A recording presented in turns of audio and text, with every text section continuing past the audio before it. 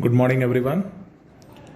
So, today we are here with the exercise 14.3 of statistics. In this exercise, we'll have to solve bar graph, and then after we'll have to construct histogram. First of all, we'll start with the bar graph. ठीक है, bar graph. As I have discussed in the previous classes, that this is a very simple topic which we are studying from last 4 to 5 years. ठीक है ना? तो first of all, we'll come with the questions from exercise 14.3 of NCERT. I just zoom out the camera. You can see this. This is exercise 14.3. First one question. A survey conducted by an organization for the cause of illness and death among the women between the age 15 to 44 in years worldwide found the following figures. ठीक है. This is a question, and we'll have to represent the information given above graphically. इसको हमको graph पे show करना है. Now, which condition is the major cause of women's ill health and death worldwide? इस graph से ही हमको एक जो ग्राफ हम बनाएंगे उससे एक रिपोर्ट तैयार करना है. Now, try to find out with the help of your teacher any two factors which play a major role in the cause to above being the major cause. ठीक है ना? खैर हम लोग डिस्कस करेंगे. फर्स्ट ऑफ ऑल हम लोग एक किसी भी बार ग्राफ को बनाने के लिए first of all we should have at least a graph paper. ठीक है ना? मैंने अभी ग्राफ पेपर आपके लिए रखा है. In this graph paper what we have to do is first of all what we have to do is, first of all, we'll have to construct a perpendicular line and a horizontal line from the mid of this graph paper, like this. This is the perpendicular line, and then horizontal line.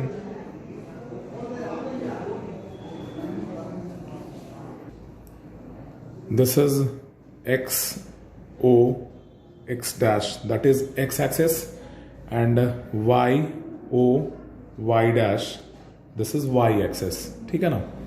अब हम लोग इस जो information है उसको सामने रखते हैं. The information is cause of illness this side and female fertility rate this side in percentage. ठीक है ना? हम लोग इन दोनों इंफॉर्मेशन को देखते हुए will show this family fertility rate. This is given in the number, इसलिए हम लोग कोशिश करेंगे कि इसको हम y एक्सिस पे शो करें. अच्छा, एक बात आपको और बता दें, यहाँ पे जो हमने x और y एक्सिस का यूज किया है, ये आपको बनाना आता है कोऑर्डिनेट में, आपने देखा है. आपको ये पता है कि whenever it is given in this positive, हमको इसका कोई जरूरत नहीं है, इसका जरूरत नहीं है, इसका जरूरत नहीं है. Will see this one only. ठीक है? हम इसी से काम केवल चला सकते हैं. ठीक, बिकॉज एक्स एक्सेस यहाँ पे क्या है, पॉजिटिव होता है, वाई एक्सेस यहाँ पे पॉजिटिव होता है. ठीक है ना? तो हम लोग यहीं पे पहले ग्राफ को बना लेते हैं. तो इस साइड हम यूज कर लेते हैं दिस कॉज ऑफ कॉजेज. सीधा हम कॉजेज लिखते हैं. ठीक है ना? और ये एरो इधर हम दिखाते हैं. इस y एक्सिस पे हम दिखाते हैं female fertility rate. Female fertility rate in percentage. ठीक है ना? नाउ नेक्स्ट, अब हम इसको शो करना शुरू करते हैं. ठीक है ना? तो इसको हम नंबर 1 2 3 4 जो लिखा हुआ है वही यहां पे हम नंबर 1 2 3 4 कर देते हैं. नंबर 1 क्या है? reproductive health condition. Now second number is neuropsychiatric condition. Third is injuries. Fourth, cardiovascular condition. Fifth is respiratory condition.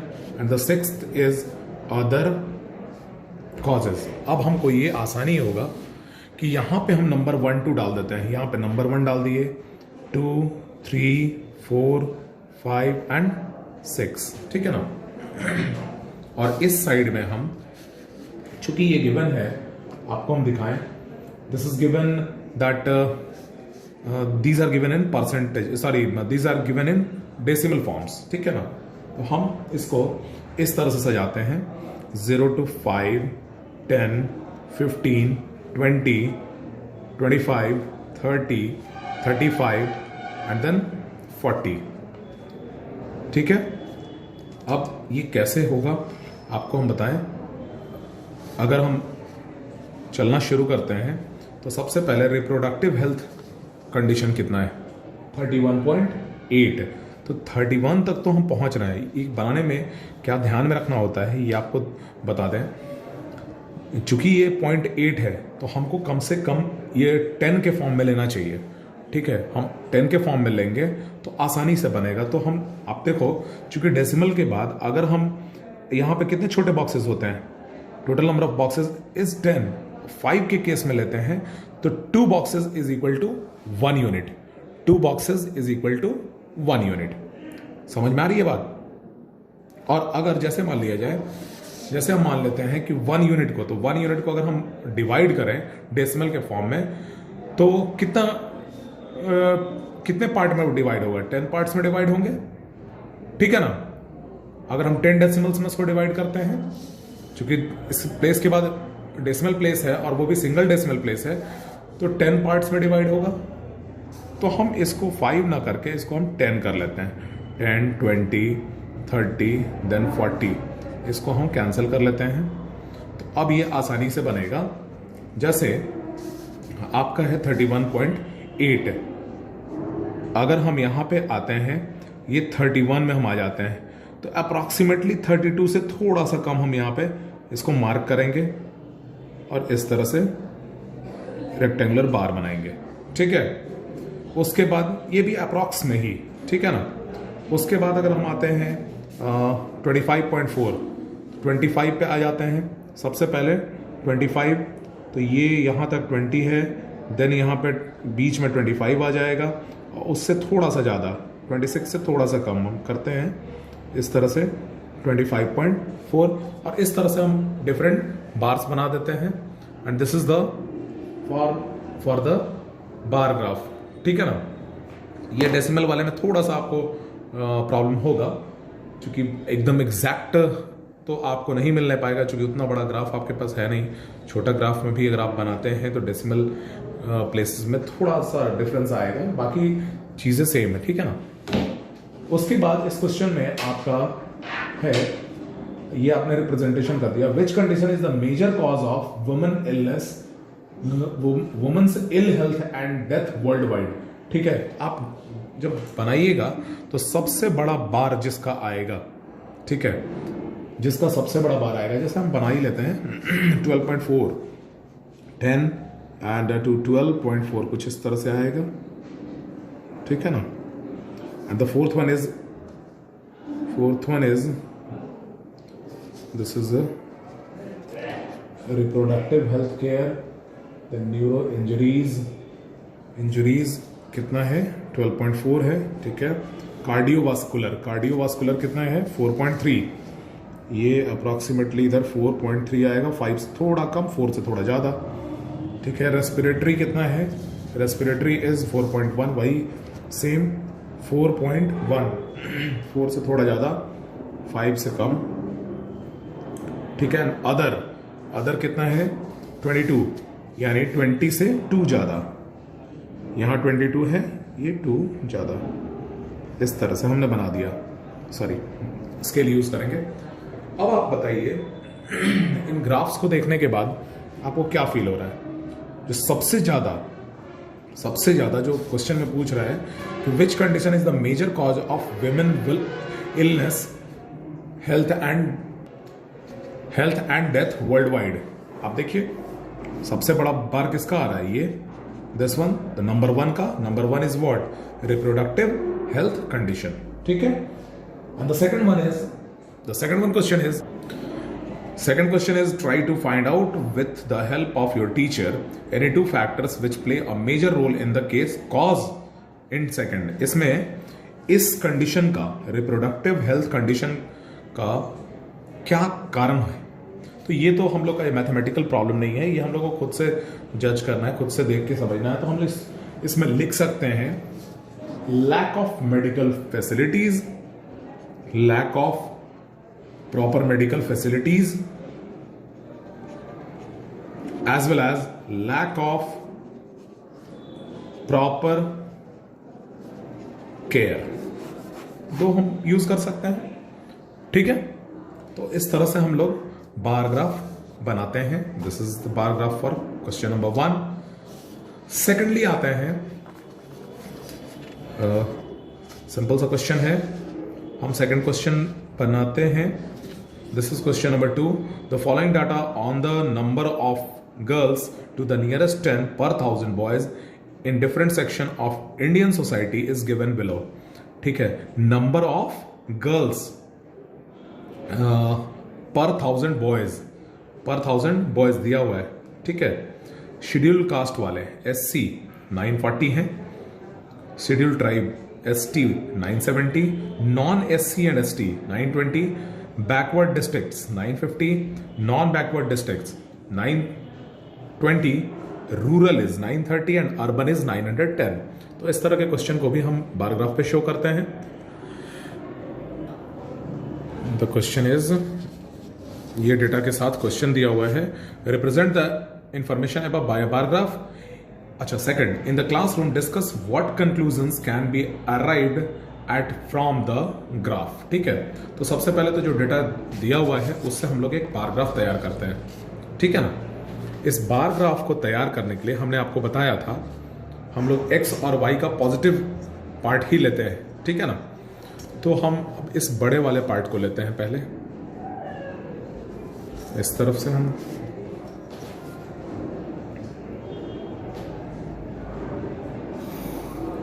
This is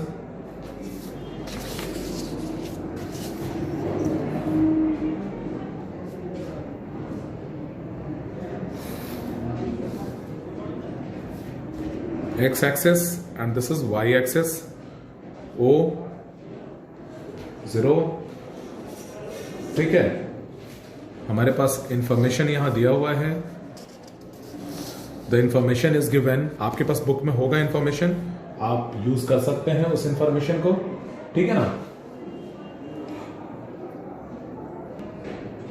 number वाले पार्ट को हमने बताया था आपको नीचे रखेंगे, दिस इज सॉरी, नंबर वाले पार्ट को ऊपर रखते हैं, दिस इज सेक्शन जो एक्स एक्सिस पे है, और न्यूमेरल पार्ट जो है उसको वाई एक्सिस पे हम शो करते हैं। Numeral part is what, number of girls पर 1000 boys. This is question number 2 of NCERT exercise 14.3, ठीक है। डेटा आपके पास में अवेलेबल होगा, बुक आपके पास में है, ठीक है। सबसे पहले हम लोग देखिए इसमें करना क्या है, आप इसमें हमेशा ध्यान दीजिएगा, एक एक बार छोड़ के हम बनाते हैं। ये SC के लिए हमने रख लिया, फिर एक बार छोड़ के दूसरे बार में ST के लिए हमने रख लिया, फिर एक बार छोड़ के तीसरा हम नॉन SC ST के लिए हमने रख लिया, फिर नेक्स्ट वन हम कर लिए बैकवर्ड डिस्ट्रिक्ट, नेक्स्ट हमने यूज कर लिया नॉन बैकवर्ड डिस्ट्रिक्ट, फिर नेक्स्ट वन हमने यूज कर लिया रूरल के लिए, फिर नेक्स्ट वन हमने यूज कर लिया अर्बन के लिए। ठीक है, नंबरिंग हम करते जाते हैं। अच्छा, नंबरिंग पे ध्यान देना है, हम यहां स्टार्ट कहां से करें, यहां किंग हम यूज कर लेंगे। यहां 900, 910, 20, 930, 940, 950, 960, इस तरह से। और उसके बाद हम बार सजाना शुरू करते हैं। एससी वाले कितने हैं, 940 हैं, यहां से हम यूज कर लिए 940, स्केल यूज करेंगे।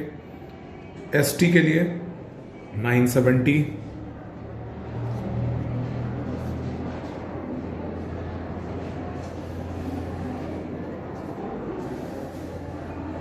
नॉन एससी एसटी के लिए 920, बैकवर्ड डिस्ट्रिक्ट के लिए 950,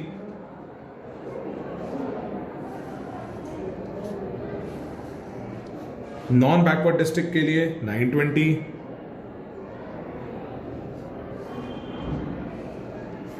रूरल के लिए 930 और अर्बन के लिए 910। ये हमारा बारग्राफ बनके रेडी हो गया। अब इससे रिलेटेड जो क्वेश्चन इसमें पूछ रहा है, that is in the classroom discuss what conclusion can be arrived at from the graph. तो हम लोग ये डिस्कस करने का चीज है, तो हम लोग इसमें कह सकते हैं from the graph we can conclude that the maximum number जो ये सबसे हाईएस्ट टॉप मोस्ट ग्राफ है वो क्या है, मैक्सिमम नंबर ऑफ गर्ल पर 1000 boys is present in the section ST. Clear? We can also observe that the backward district and rural areas have more number of girl per 1000 boys than non-backward district and urban areas. समझ में आ रही है बात? तो इस तरह से हम लोग ग्राफ बनाते हैं, साथ ही साथ उस ग्राफ का से रिलेटेड जो क्वेश्चन है उसको सॉल्व करते हैं। ठीक है, so thank you for today. Next जो भी एक्सरसाइज के क्वेश्चन हैं, exercise 14.3, this is your homework. Complete the rest questions of exercise 14.3. ठीक है, thank you all of you.